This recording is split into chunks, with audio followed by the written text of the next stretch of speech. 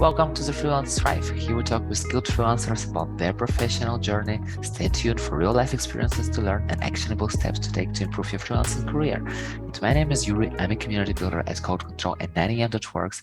And my guest is Nermin Sehic, an experienced software developer with a solid background in Internet of Things, data science, and artificial intelligence, founder of tershouse, the biggest co-working space in Bosnia, and Beta Studio, a software company where developers bring crazy ideas to life. So, welcome, Nermin. Thank you so much for inviting me. You kind of took all of my LinkedIn biography and summed it into an introduction, so I don't have anything to add. You did a good LinkedIn introduction, so I didn't have to search too much. And the first question, since you are a freelancer, at least were a freelancer, or maybe are a freelancer, we will talk about it, and a startup founder. So what was your transition from being a freelancer to a startup founder? Well, I didn't actually start as a freelancer. I started my career kind of normally. My first job was, well, if you ignore like first couple of gigs that I did at the university, like some small websites and stuff like that, my first job was at a local startup from which after a year I moved to a company, a software development company in Sarajevo, where I worked for 2 years as a software engineer. And I kind of followed the normal learning path of a junior developer in the company. I had my mentor.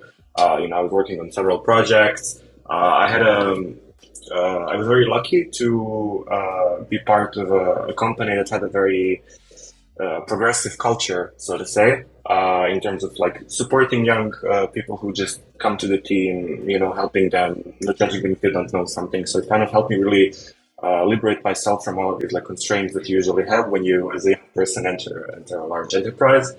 So I was there for 2 years. And almost 2 years, year and something, 8 months maybe. And as I was kind of, building my reputation online, I started to have a tech blog. I was involved in a lot of open source GitHub projects, and of course LinkedIn. As you noticed, my name kind of started popping up. And actually, my first serious freelance gig was through Code Control. I was approached by Leon, who used to work at Code Control as actually not sure what his role was specifically, but something to do with either talent or, user acquisition or something along those lines. We did an interview, everything went well, and my first gig was a part-time job. I wasn't really sure, at the time freelancing as a career wasn't that, so it was 2018, maybe 2017, 2018. So it wasn't really, maybe even before. Let's say 2017 to 2018. Okay. Maybe I'll double check later. I wasn't really sure that that's the right path for me to go. They had a lot of insecurities. You're approached by some random company from Berlin. You live in like 1,000 kilometers away, so it's a lot of unknowns. So I would say, yeah, okay, I'm going to keep my job and do like a part-time gig for a couple of months just to see how things are rolling. At one point, I kind of came to a level at this company where I felt like I would kind of start to stagnate in terms of my knowledge. I was very comfortable in what I was doing. The projects that I was working on were long in the development phase, so there wasn't really anything new or challenging for me to work on. So it was kind of started to become like a daily routine to me. I wasn't feeling challenged. So I talked to Leon, and then we kind of switched from part-time to full-time, and my career as a freelancer started there. From then on, I never went back to a normal company. And at this point, I can say that it was a good decision because through freelancing, I was able to get a much bigger exposure to large projects. I was much more responsible in developing, products and stuff. I had to step out of my comfort zone of being an introvert to being a very much an extrovert person. Usually developers are introverted. I like to talk too much. That's why you have project managers. But being a freelancer, you have to sell yourself. You have to negotiate with the clients. You have to de-escalate situations where there's like a bad thing going on or like you're late on a deadline or something. So that skill really improved with me being a freelancer. And yeah, it was going on for like maybe 6 or 7 years until I again started to feel a bit of a saturation. so to say. Project that kept on going. I was working, and it's kind of almost like a when somebody mentions freelancing, you're talking about the dynamic life, just things like going on all over the place. But I felt like I was kind of, I had a peaceful life. So, which wasn't really, I'm not at that stage in my life where I want peace as the best option, so to say. So I just started to start several companies and then become more involved in actual product development and taking more ownership and risking a little bit. I was financially okay, so I was able to do that. And then, yeah, maybe we can talk about it later. But yeah, that's generally my path from how I became a freelancer and what drove me to entrepreneurship. Like, I definitely have like too many follow-up questions, at least three of them, and I will just ask one. So you told that you stepped out of your comfort zone as a freelancer and changed from introvert to extrovert. How did you Hmm. do that? It wasn't something that I actually sat down and said, okay, now I'm going to become an extrovert. It was more like the nature of a job, you get invited. So my first serious gig for Code Control was on a project for Lufthansa. Mhm. Code Control had a project that they were working on for a couple of months, and there was a tight deadline, and they needed to onboard another person, and one developer left from the project. Mm. So they posted it in Slack. I applied. I went through the interview process, did the code challenge, and I just get an email like 2 days later. Hey, client is satisfied with you. We want you in Poland on a 2-day workshop. Here's your ticket. Hotel is booked. Plane is waiting for you. So just like see you in 2 days. So I was like, man, that's crazy. So you go there, you meet like 20 random people you've never met in your life. I don't know anybody. I just came to Poland like for some random reason. There was a workshop or something. So things like that. Like it's not something that you want to plan, and you're kind of forced to talk there, or, mingle with people, learn their stories, and eventually, once you do it several times, it kind of becomes natural. So then you start to initiate those things. So now, for example, when I negotiate projects or talk with clients, I don't try to stick to an email.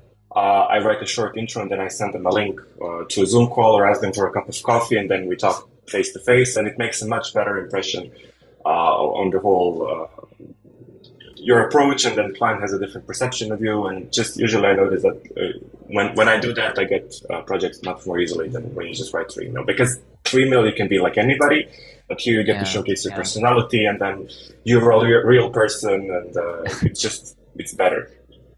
Yeah, it's just a human connection, you can't avoid It's a it. human connection. Yeah, yeah, that's true. So, uh, what is one, from your experience, what is one similar and one totally opposite thing in being a freelancer and a startup founder? One similar thing is, I would say, a constant pressure of financial financial difficulties.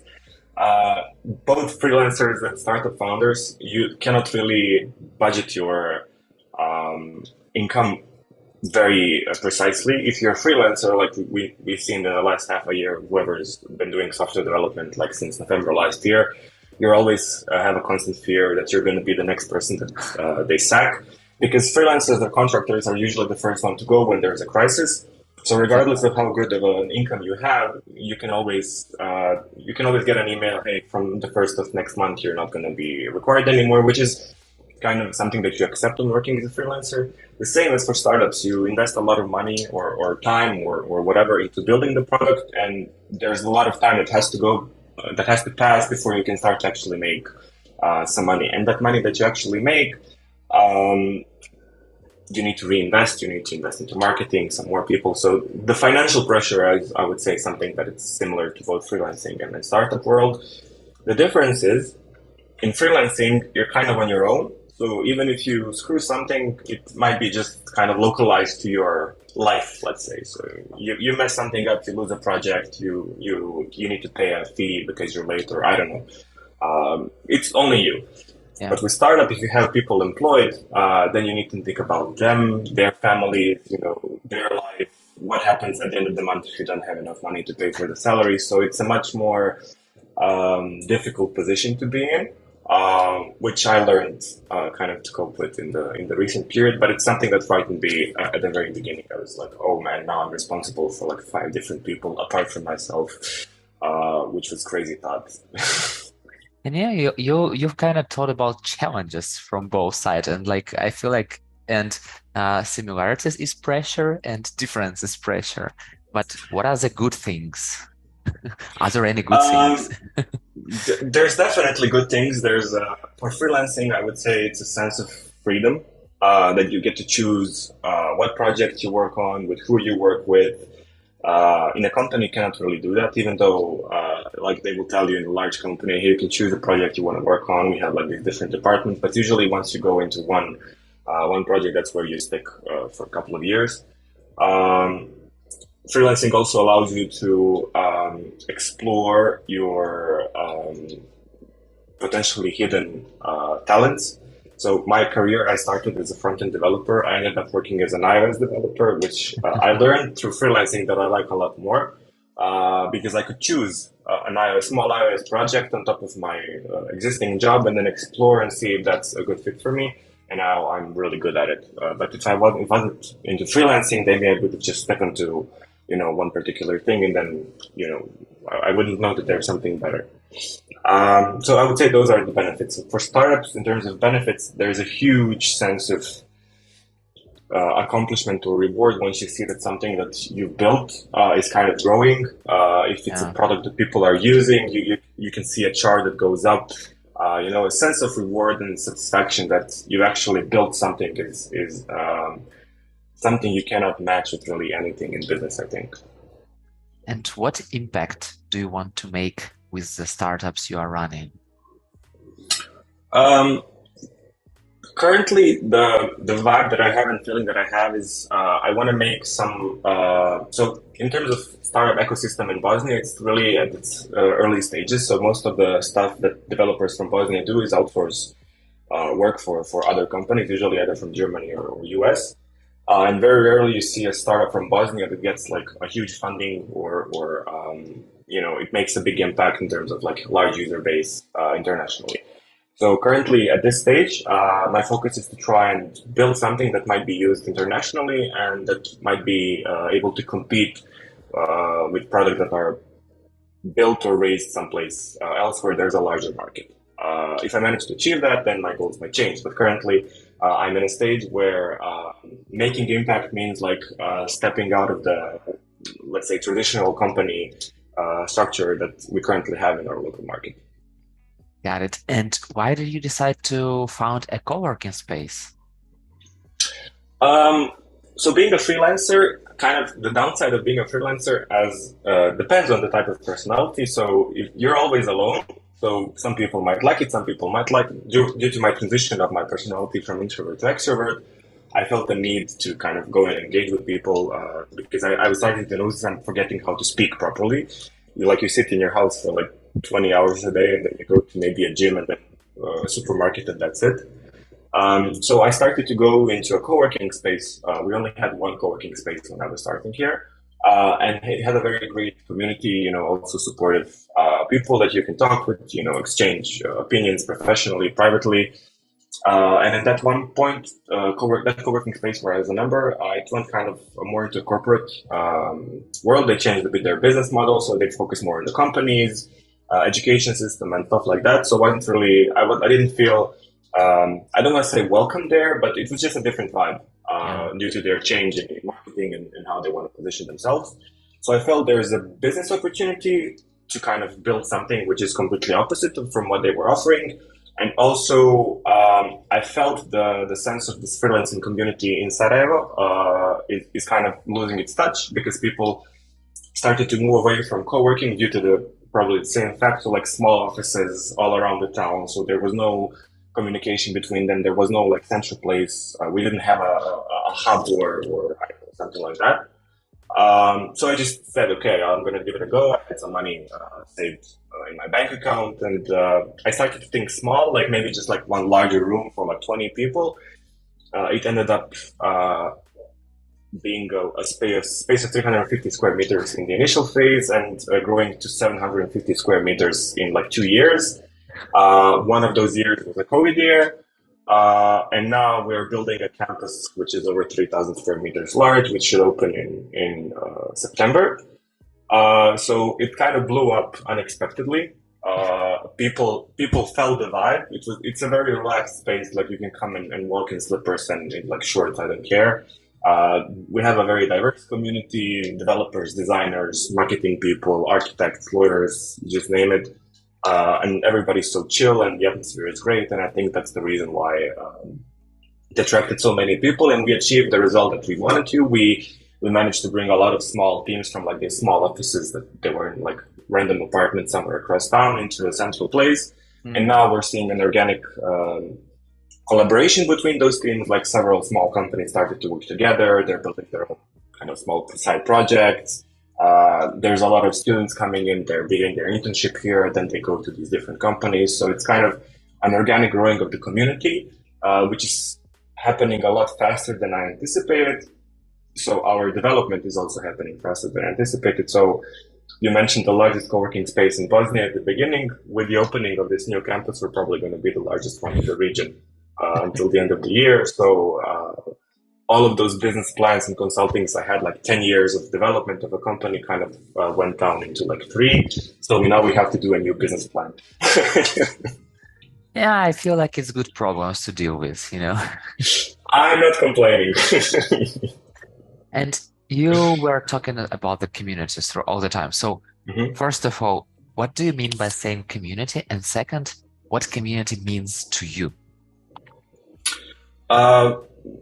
Community, basically a group of coherent people. Like when you enter a room and you see people talking to each other all the time without any constraints, you know you're in a community place. So when you go into a dull office, like I don't know, some corporate company that doesn't care about their employees, you will see like cubicles, people just doing their own thing and not thinking about anything else. But when you go to a co-working space or a friendly company that cares about its people, you really see that there's a community there. So people willing to help you out, exchange opinions, tell you if you're wrong about something, which usually is much more useful when you're building a startup and you have an idea, you're sticking to it, but you need somebody from outside to tell you, hey, maybe that's not the right way to do it. So that's what I mean by community. And the importance of that community is, especially for a freelancer, but now that I'm in a position of maybe more of a company owner, you cannot compare it to anything else. So the fact that you always have like 50 people in a room who are experts in their field to ask about an opinion, to see how they're doing, what's new, it's just precious. So imagine if you're a freelancer and you're always working alone, you're at home or you're working from a coffee shop and you have like 1 or 2 calls per day and you're in your own small bubble world, and then something is going on outside, but you're not in touch with it. So having a community there, you being in a place where there's so many people, you're kind of forced to know everything. So I'm now forced to know a lot of these improvements in web, in AI, in marketing, how Facebook algorithms started to work, which I now can use with the people who work for me. And then we kind of can tune our social media marketing a bit more, because there's like this huge marketing company that talked with us about it in the kitchen while we were having coffee. So the importance of community in my work is even now, it was important when I was a freelancer, but now it's becoming even more important in my like business development. Yeah, like it was like a question I wanted to hear an answer for, kind of for me as a community builder and all the stuff. And also you told this very interesting phrase that you can, what I heard is that sometimes you can just create something amazing just by having conversation in the kitchen. And it's like, yeah. So our space is purposely built that one half of the space you have like a co-working area, then there's a huge kitchen, and then the second half of the co-working area. So all of the meeting points are somewhere in the middle. So people are kind of forced by the design of the space to meet halfway in the kitchen and then have a conversation there. And when you kind of sit from the outside and you observe how people behave, somebody goes out to grab something, I don't know, from the supermarket, they will stop in the kitchen because there's somebody sitting there and then have like a 5-minute chit chat. And from that 5 minute chit chat, there's usually like, oh yeah, that's a cool thing. Let's talk about it later. And then that's how friendships are created. It's not forceful. It's very organic. It's spontaneous. And those are usually the best things. How something can happen. The downside of that is that you cannot force it, so it has to happen naturally or organically, and it takes time for that. So for somebody who wants to maybe create something similar, there's not like, oh, I'll invest 50,000 euros into building a community and then you can expect to get a community. It's not how it works. It's like relationships, you can't just go and marry in a day. Sometimes you can, but it's not like always. Yeah. Yeah, Nermin, I really wish to have the sky as the limit, but time is the limit. So the final question, what is your favorite food? Oh, my favorite food, obviously something from the Bosnian menu. I want to say kebab. Got it. And if people want to connect with you and ask you more about your experience, what is the best way to do that?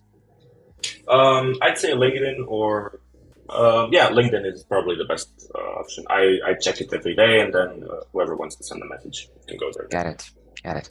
Nermin, thank you so much for sharing your experience. It's been such a pleasure to hear and learn from you. Thank you for inviting me. Pleasure talking to you. And thank you so much for listening. If you like the show, hit the like button on 5 stars and share it with your friend. That's it. We're done. See you in the next episode.